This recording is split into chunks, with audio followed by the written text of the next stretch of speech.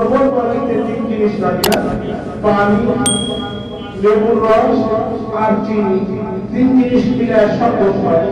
শুধু পানি দিয়েও শরবত হবে না, শুধু চিনি দিয়েও শরবত হবে না, শুধু লেবুর রস দিয়েও শরবত হবে না। এরপরে অন্য কিছু দিলে তো আরো সুস্বাদু হবে। মিনিমাম তিনটা জিনিস তো লাগে।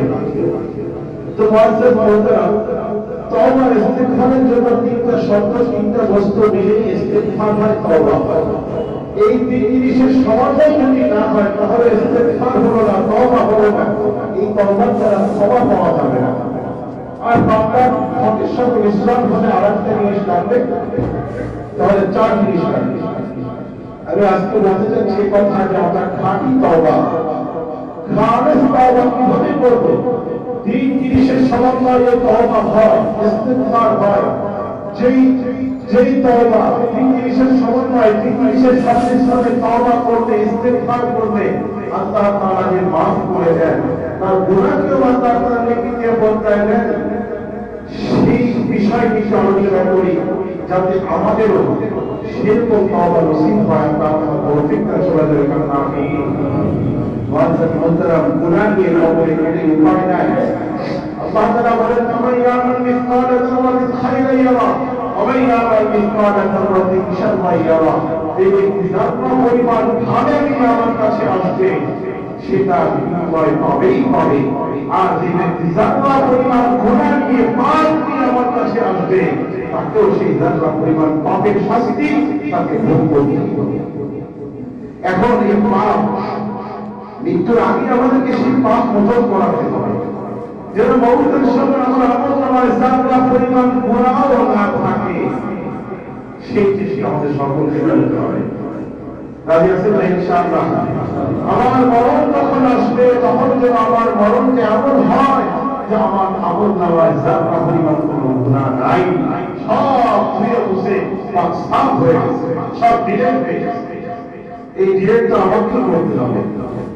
আর সেই ডিলেট করা একমাত্র উপায় হচ্ছে সহি ইস্তিগফার, বিশুদ্ধ ইস্তিগফার। তিন জিনিসের সংমিশ্রণে যে ইস্তিগফার হয়, সেই ইস্তিগফারের মধ্যে এক নম্বর হলো আন-নাদামু আলা মা কান।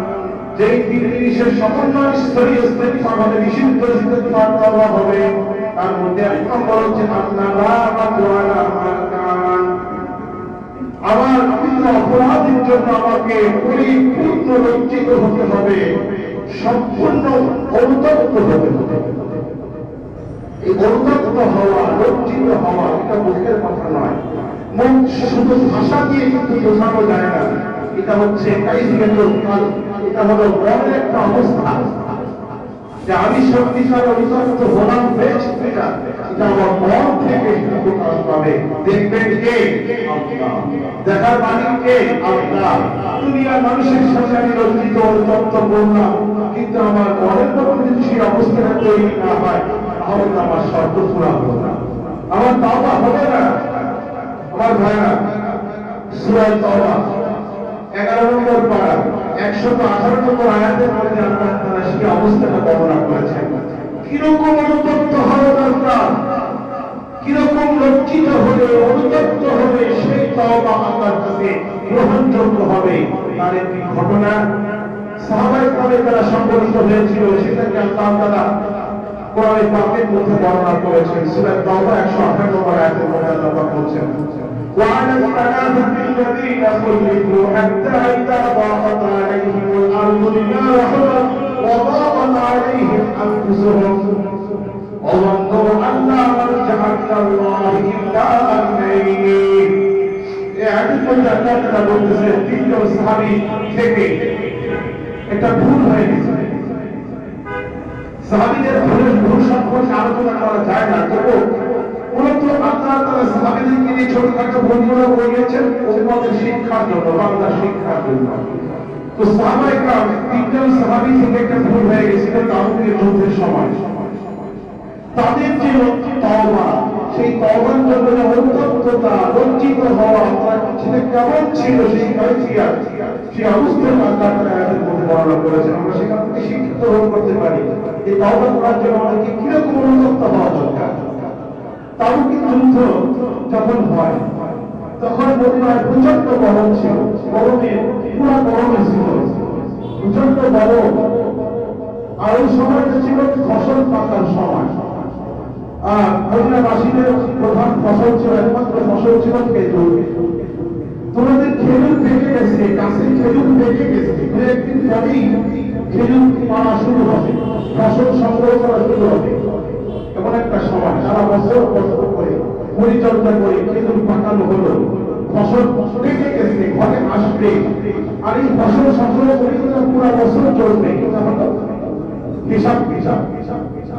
ঠিক এই সময় যখন ফসল পেকে গেছে, ফসল এখন ঘরে আনতে হবে, তুলতে হবে। আর সময় মতো ফসল না আনলে এটা নষ্ট হয়ে যাবে, পরে পরে নষ্ট হয়ে যাবে, মাটিতে খেয়ে ফেলবে, জমিতে পরিষ্কার করে খেয়ে ফেলবে, নষ্ট হয়ে যাবে।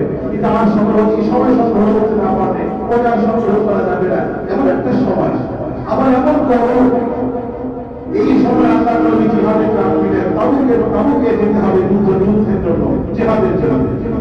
সাহাবায়ে কেরাম, ইমানদার সাহাবায়ে কেরাম যারা বাকি মুমিন যারা ছিলেন, তারা সবাই লব্বাইক বললেন, আল্লাহর নবীর নামে সাড়া দিলেন। খুব গরম, খুব ফসল করার সিজন। আল্লাহ নবী ডাক দিয়েছেন, তোমরা লব্বাইক বলে ডাক সাড়া দিয়েছেন। কিন্তু মুনাফিকরা, যারা মুনাফিক ছিল, এরা এটাকে মেনে নিতে পারল না। বিভিন্ন বাহানা দিয়ে অজুহাত দিয়ে তারা পিছপা হয়ে গেল, তারা ঢাকা দিল, ওরা গেল না জিহাদে। আল্লাহর নবী সাহাবীদেরকে নিয়ে রওনা হয়ে চলে গেলেন। গরমের মধ্যে মদিনা থেকে 700 কিলোমিটার দূর তাবুক, মদিনা থেকে 700 কিলোমিটার দূরে। তার মধ্যে কয়েকশো কিলোমিটার শুধু পাহাড়ি রাস্তা, পাথর আর পাথর, অত্যন্ত কঠিন রাস্তায়। কোনো পানির ব্যবস্থা নাই, এবং কঠিন অবস্থার মধ্যে যেতে হবে আল্লাহর রাস্তায়। তো সাহাবায়ে কেরাম বাইক করে চলে গেছেন, মুনাফিকরা যায় নাই। মুনাফিকরা জানি আমরা মুখোমুখি ইমানদার কাজ করতো পিছনে, কিন্তু আসলে মনে করে তারা ইমানদার ছিল না। আল্লাহু আকবার, তারা এই কষ্টকে কষ্ট মনে করে তারা বের হলো না। তো তাবুকে আমরা যদি চলে গেলেন, তাবুকে একটা দুর্গ আছে, আমাদের এক উস্তাদ সাহেব ওখানে গেছিলেন, দেখে আসছেন। ওখানে একটা দুর্গ আছে, একটা কেন্দ্র আছে, সেই কেন্দ্র দুর্গের মধ্যে আল্লাহ নবী আশ্রয় নিয়েছিলেন বা সেখানে তিনি অবস্থান করেছিলেন। সেই দুর্গটি এখনো সেই আগের মধ্যেই আছে। এবং ওখানে যাওয়ার পরে ওখানে একটা কুয়া আছে, ছোট একটা কুয়া। ওই কুয়া যার আয়তন হবে, কি বলেছেন, সতর্কে দেখে এসে বলেছেন যে ওই আয়তন হবে, কোনটা হবে সর্বোচ্চ 8 ফিট। এই আসলে একটা কুয়া, পানি কোনো ব্যবস্থা নাই, কুয়ার মধ্যে অনেক কিছু পানি আছে। তো সাহাবায়ে কেরাম অনেক কষ্ট করে, আর তো পানি কোনো ব্যবস্থা নাই, অনেক কষ্ট করে সেখান থেকে একটু পানি তুললেন, অল্প একটু পানি তুললেন। এই পানি নিয়ে নবীর কাছে গেলেন যে ইয়া রাসূলুল্লাহ, ইয়া হাবিবাল্লাহ, পানির কোনো ব্যবস্থা করা যায় না, কোথাও কোনো পানির বন্দোবস্ত করা সম্ভব হয় না, অনেক করে ভুল করেছি। এই একটা কুয়া আছে, কুয়ার তোমাদের সে সামান্য কিছু পানি আমরা অনেক কষ্ট করে করেছি, যে আপনার জন্য নিয়ে আসছে, আপনি এখন দোয়া করে দেন। আল্লাহর নবী ওযু করলেন, ওযু করে অবশিষ্ট পানিটা নিয়ে মুখে কুলি করলেন, মুখের মধ্যে নিয়ে কুলি করে ওই কুয়ার মধ্যে কুলির পানি ফেললেন। কিতাবের মধ্যে আসছে কুলির পানি ফেলার সাথে সাথে কুয়ার পানি উঠে উঠে গেছে, সুবহানাল্লাহ। পুরা কুয়ার পানিটা ভরপুর হয়ে গেছে। এবং শত শত সাহাবী যারা সেখানে ছিলেন, বা হাজারের উপরে, ওনারা সবাই ততদিন সেখানে ছিলেন, পুরো সময় ওই কুয়ার পানি দিয়ে উযু, গোসল, কাপড় ধোয়া, রান্না বান্না, তারপরে জরুরত ছাড়া ইস্তেঞ্জা সব কিছু সেরেছিল ওই পানিতে, পুরো সব পানি কমে নেয়। এটা হচ্ছে আল্লাহর নবীর একটা মুজিজা। এবং আমাদের সাহেব বলেছেন, উনি দেখে আসছেন এই কুয়ার চতুর্পাশে একটা দেওয়াল আছে, এই দেওয়ালের গায়ে একটা হাদিস লেখা আছে। এই হাদিস লেখা আছে, হাদিসটি এবং এই আয়াতগুলো, যে আয়াতগুলো আমি আপনাদের সামনে তেলাওয়াত করেছি, 108 নম্বর আয়াত, এই আয়াতটার সামনে লেখা আছে। হাদিসটা হলো মুআয ইবনে জাবাল রাদিয়াল্লাহু তাআলা আনহু, আল্লাহর নবী বলেন, ইয়া মুআয, ইন কানা হায়াতুকা তাওয়িলান লা রাআইতা তাবুতিনা। এই কথাগুলো বলেছিলেন, হে মুআয ইবনে জাবাল, শোনো, আজকে দেখতে পাচ্ছ তাবুকের চতুর্পাশে খান খান করতেছে পাথর আর পাথর, গাছপালা নাই, পানি নাই, কিন্তু শুনে রাখো, তোমার হায়াত যদি লম্বা হয়, তুমি যদি দীর্ঘদিন বেঁচে থাকো তাহলে দেখতে পাবে এই তাবু শুধু বাগানে বাগানে ভরপুর হয়ে যাবে। আর এখন বর্তমান অবস্থা আমাদের সাহেব দেখে আসছেন, বলছেন যে এখন সেখানকার অবস্থা হচ্ছে এরকম, সেখানকার এক একটা বাগান তাবুক এলাকাতে এক একটা বাগান, আঙ্গুরের বাগান, 10 মাইল 20 মাইল লম্বা একটা আঙ্গুরের বাগান, তারপরে জাইতুনের বাগান, তারপরে 3 ফলের বাগান, এক একটা বাগান 10 মাইল 20 মাইল লম্বা। বাগানে বাগানে ভরপুর সেখানে, এবং প্রত্যেকটা বাড়ির সামনে আঙ্গুর গাছ, 3 গাছ, জৈতুন গাছ শোভা পাচ্ছে। তো আল্লাহর নবী একবার শুধু বলেছেন, একবার শুধু সেই ভবিষ্যৎবাণীটা উল্লেখ করেছেন,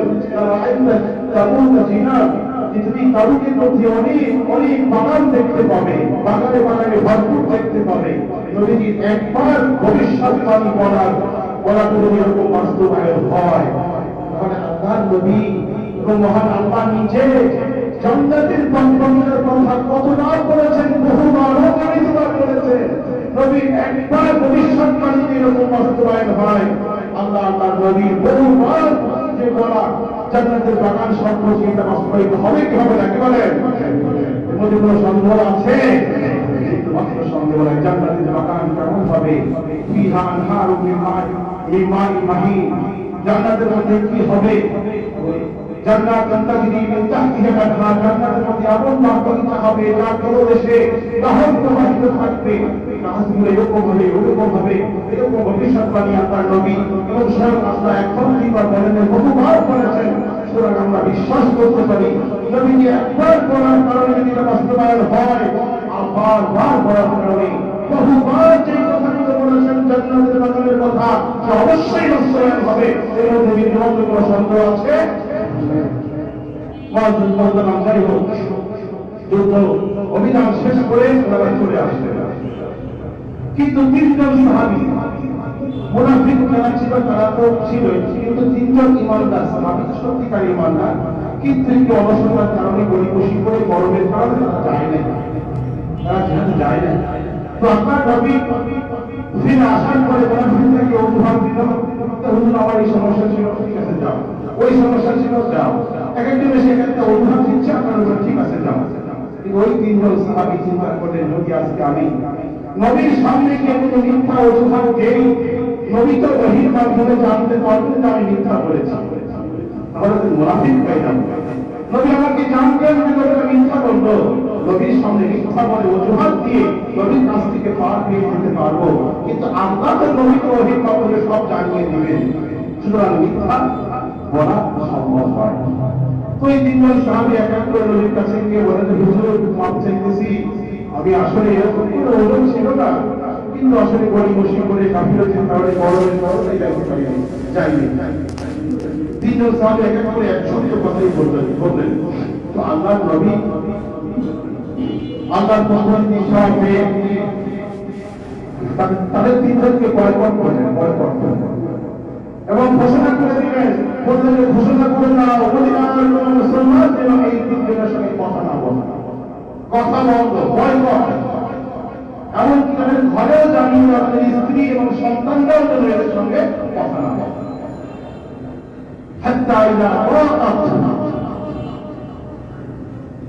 জমিন তাদের জন্য কি হয়ে গেল? সংকীর্ণ হয়ে গেল, প্রশস্ত হওয়া সত্ত্বেও। এবং এমনকি তাদের জীবনযাত্রাও কি হয়ে গেল? সংকীর্ণ হয়ে গেল। এখন কেউ যদি কথা না বলে, স্ত্রীও কথা বলে না, সন্তানরাও কথা বলে না, রাসূলকে সালাম দেয়, রাসূল সালাম নেয় না, নবীকে মুখ ফিরায় নেয়, সাহাবীদেরকে সালাম দেয়, সাহাবীরা সালাম নেয় না, বন্ধু বান্ধব কেউ সালাম নেয় না, অন্যদিকে মুখ ফিরায় নেয়। নবীজি বলেছেন বাস কথা একটাই। এই 3 জন সাহাবী চিন্তা করলো এরকম বেঁচে থাকার যে না বাঁচাই ভালো। ইতিমধ্যে রোমের সম্রাট, রোমের বাদশার পক্ষ থেকে চিঠি আসছে যে তোমাদের সরকার তোমাদেরকে খণ্ডন করেছে, বয়কট করেছে, তোমরা আমাদের কাছে চলে আসবে, একটা এলাকা দিয়ে দেবো, জায়গা দিয়ে দেবো।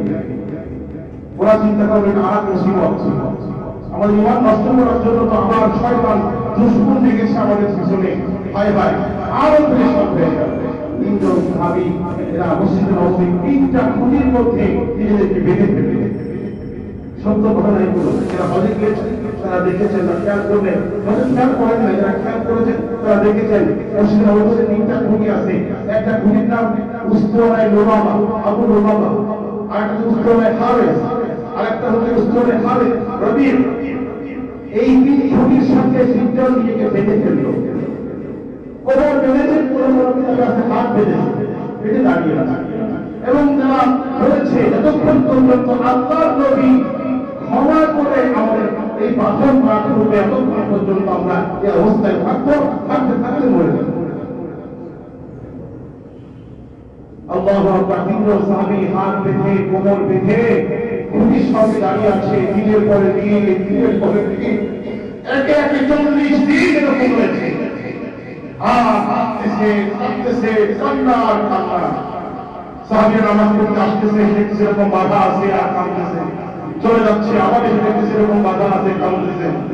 ক্ষমা পাওয়ার জন্য একটু চিন্তা করে দেখেন তাদের অনুতপ্ততা, লজ্জা কিরকম হয়েছিল, কিভাবে একটু প্রকাশ করেছে। আজকে আমি আর আপনি ক্ষমা পাওয়ার জন্য যদি বলা হয় খুবই সঙ্গে আপনাকে 40 মিনিট বেঁধে রাখতে হবে, তারপরে ক্ষমা করা হবে, কেউ রাজি হবেন? কেউ রাজি হবে? কি বলেন? রাজি হবে না। সাহাবায়ে কেরাম ক্ষমা পাওয়ার জন্য এবং তারা এটা অনন্য তারা বুঝে নিয়েছে যে আল্লাহর নবী যখন রাগ করেছেন, এই রাগ আত্মা না ভাঙাইলে কেউ ভাঙাইতে পারবে না। সুতরাং আত্মা যদি রাগ করে আল্লাহর নবীকে ভাঙান, তাহলে আমাদের মুক্তি, তাহলে আমরা মুক্তি পাবো, না হয় মুক্তির কোনো উপায় নেই। আল্লাহ আল্লাহ ছাড়া কোনো আশ্রয় নাই, একমাত্র তিনি ছাড়া, তিনি একমাত্র আমাদেরকে এই অবস্থা থেকে, এই পাপ থেকে আমাদেরকে মুক্ত করতে পারবে। যেন 40 দিন পার হয়ে যাওয়ার পরে আয়াত নাযিল হয়ে গেল। আয়াত নাযিল হলো এবং নবীকে বলা হলো, আমাদেরকে আমি মাফ করে দিলাম, আমাদের তওবা আমি কবুল করে নিলাম। সুবহানাল্লাহ। আল্লাহ নবী নিজে হাতে তাদের রশিদ খুলে দিলেন এবং তারা জমিনে বসলেন। তোমার উদ্দেশ্য হলো যে অনুতপ্ত হওয়া, তওবা করার জন্য অনুতপ্ত হতে হবে, লজ্জিত হতে হবে। কিন্তু পাপের জন্য আমরা কতটুকু অনুতপ্ত হয়েছি, আর সাহাবায়ে কেরাম কতটুকু অনুতপ্ত হয়েছিলেন। সুবহানাল্লাহ। আমার ভাইরা, এজন্য এরকম তওবা যদি আমরা করতে পারি, তাহলে নিঃসন্দেহে আল্লাহ আমাদেরকে মাফ করে দিবেন। একটা ঘটনা আপনাদের মধ্যে আসলে, মুসা আলাইহিস সালামের জামানায় বৃষ্টি বন্ধ হয়ে গেল, বৃষ্টি হচ্ছে না। তো লোকেরা কে নবী, আপনি নবী, আপনি আমাদের বৃষ্টি চান। নবী নামাজ পড়ে বৃষ্টি চাইতেছে, লোকদেরকে সবাইকে জমা করে নামাজ পড়ে বৃষ্টি চাইতেছে, কারণ বৃষ্টি হচ্ছে না। 1 দিন 2 দিন 3 দিন পার হয়ে গেল, পরপর 3 দিন নামাজ পড়ে, বৃষ্টির নামাজ পড়ে দোয়া করছে, দোয়া কবুল হচ্ছে না, বৃষ্টি হচ্ছে না। এবার নবী মুসা বললেন, আল্লাহ আমি এক পরপর 3 দিন নামাজ পড়ে তোমার কাছে দোয়া করলাম, তুমি বৃষ্টি দিচ্ছ না, কারণটা? তখন আল্লাহ বললেন যে মুসা, এই তোমার এই মজমার মধ্যে একজন জঘন্য পাপী আছে, নাফরমান আছে, এই তার বৈশিষ্ট্য। সে এই পাপের মধ্যে লিপ্ত আছে, তাকে এখান থেকে তারা সরাইলে আমি বৃষ্টি দিব না। তো মুসা নবী বললেন যে এখানে একজন লোক আছে, সেই এরকম পাপের মধ্যে লিপ্ত আছো, ওই লোকটা না গেলে আল্লাহ বৃষ্টি দিবে না। অনেকটা উপরের দিকে তাকায়, কিন্তু কেউ ওঠে না। কি বলেন? ভরা মসজিদ, কেউ উঠবে? উঠলে তো মানুষের বুঝে ফেলবে এই লোকটা জঘন্য পাপী, যাবতীয় বৃষ্টি কমছে, কেউ উঠতেছে না। এখন যে লোকটা আসলে পাপী, সে তো বুঝে ফেলছে যে আমার জন্যই কোথায় বৃষ্টি বন্ধ। সেই লোকটা সেখানের মধ্যে আসে, এরকম তার গায়ে এরকম চাদর ছিল, চাদর বড়ি দিয়া চোখের পানি ছেড়ে দিয়ে বলতেছি, আল্লাহ এই ভরা মজলিসের মধ্যে যদি আমি উঠে যাই, লোকেরা জানতে পারবে, দেখবে যে আমি অপরাধী, 40 বছর পর্যন্ত আমি অপরাধ করতেছি, তুমি তো আমাকে ঠেকে রেখেছো, আমার দোষ তুমি প্রকাশ করতে চাও নাই, আজকে তুমি মানুষের সামনে আমাকে প্রকাশ করে দিবা, আমার ইজ্জত নষ্ট করে দিবা। আল্লাহ আমি তওবা করলাম, আমি অনুতপ্ত হচ্ছি, লজ্জিত হচ্ছি, আর কখনো গুনাহ করবো না। বলার সাথে সাথে ঝরঝর করে এবার মুসা নবী বলতেছে, আল্লাহ আপনি তার কারণে বৃষ্টি বন্ধ রাখলেন, আবার এখন তার জন্য বৃষ্টি দিলেন, আপনি কিছুই তো বুঝতে পারলাম না। আল্লাহ বলতেছে, মুসা যার জন্য বৃষ্টি বন্ধ রেখেছিলাম, তার জন্য আবার বৃষ্টি দিয়েছে। কিভাবে সেটা? আল্লাহ বলতেছেন, আমার বান্দা আমার কাছে সত্যিকারে তওবা করেছে, অনুতপ্ত হয়ে আমার কাছে তওবা করেছে, তার তওবা আমি কবুল করে আমার এই দুশমনকে আমি আমার দোস্ত বানাই ফেলছি। এবার মুসা নবী বলতেছে, আল্লাহ ওই লোকটা কি আমাকে দেখান না, দেখি দেখান না লোকটাকে। তখন আল্লাহ বলতেছে, ও মুসা, যখন সে আমার দুশ্মন ছিল তখন আমি তাকে প্রকাশ করি নাই, যখন সে আমার দুশ্মন ছিল তখন আমি তাকে প্রকাশ করি নাই, আর এখন সে আমার দোস্ত হয়ে গেছে, এখন তাকে আমি প্রকাশ করে দিব মানুষের সামনে। আল্লাহু আকবার। আমার কথা শুনতে সত্তা হলো আমাদের দোষ বহনকারী, আমাদের দোষ ত্রুটি, আমাদের পাপ যদি আমরা প্রকাশ করে দিতে, তাহলে আমরা সমাজে বসবাস করতে অনেক কথা আছে, সব তো বলা যায় না, এই জন্য চোখের পানি ছেড়ে দেখেন আল্লাহ পৃথিবীর কোন প্রাণীকে কাদার যোগ্যতা দেন না, কোন প্রাণী কাঁদতে পারে না। কাদার যোগ্যতা কোন কাকে দিয়েছেন? মানুষকে দিয়েছেন। আর মানুষের মধ্যে একমাত্র ঈমানদারকেই আল্লাহ তাআলা আল্লাহর মহব্বতে, আল্লাহর ভয়ে, আল্লাহর ভালোবাসায় কাদার যোগ্যতা দিয়েছেন। অন্য জাতি কাঁদে, কিন্তু আল্লাহর ভয়কেও কাঁদে না। পেটে ব্যথার জন্য কাঁদতে পারে, সুখ দুঃখের জন্য কাঁদতে পারে, বিভিন্ন কারণে কাঁদতে পারে, কিন্তু আল্লাহর ভয়ে চোখের পানি ফেলার যোগ্যতা একমাত্র কাঁদে ঈমানদারদের। শুধু এই চোখের পানি যে জিনিস যত দুর্লভ হয় তার মূল্য তত বেশি হয়। আল্লাহর ভয়ে, আল্লাহর ভালোবাসায় কাদার মানুষ পৃথিবীতে খুবই কম, বিধায় চোখের পানির মূল্য সবচেয়ে বেশি। সাগর মহাসাগরের পানি দিয়ে গুনাহ ধোয়া যায় না, কিন্তু চোখের পানি আসলে গুনাহ আর থাকে না। এই জন্য নীরবে এই ভিত্তি বসে চোখের পানি ফেলে আল্লাহর কাছে ক্ষমা চাবো। ইনশাআল্লাহ রাজি আছেন? ইনশাআল্লাহ। আমি গত সপ্তাহে বলেছিলাম শীতের রাত, অনেক লম্বা রাত, ইবাদতের একটা সুবর্ণ সুযোগ আসছে, একটু সকালে সকালে ঘুমিয়ে যান, শেষ রাতে উঠে একা একা নির্জনে একটু আল্লাহর কাছে কাঁদেন যে আল্লাহ, অনুতপ্ত হয়ে কাঁদি যে আল্লাহ, না জানি কত গুনাহ করে ফেলেছি, না জানি কত পাপ হয়ে গেছে আমার জীবনে, তুমি মাফ না করলে আমার সর্বনাশ হয়ে যাবে, সর্বনাশের জাহান্নাম আমাকে গ্রাস করে ফেলবে, আমাকে ক্ষমা করে দেন। এভাবে যদি কোনো রকম কষ্ট করে একটু চোখের পানি ফেলতে পারি, ইনশাআল্লাহ এক ফোঁটা চোখের পানি আপনার জীবনের সমস্ত গুনাহকে ধুয়ে মুছে সাফ করে ফেলবে। আল্লাহ আমাদের সকলকে তৌফিক দেন। সবাই আমিন। আল্লাহু আকবার। আলহামদুলিল্লাহি রাব্বিল আলামিন।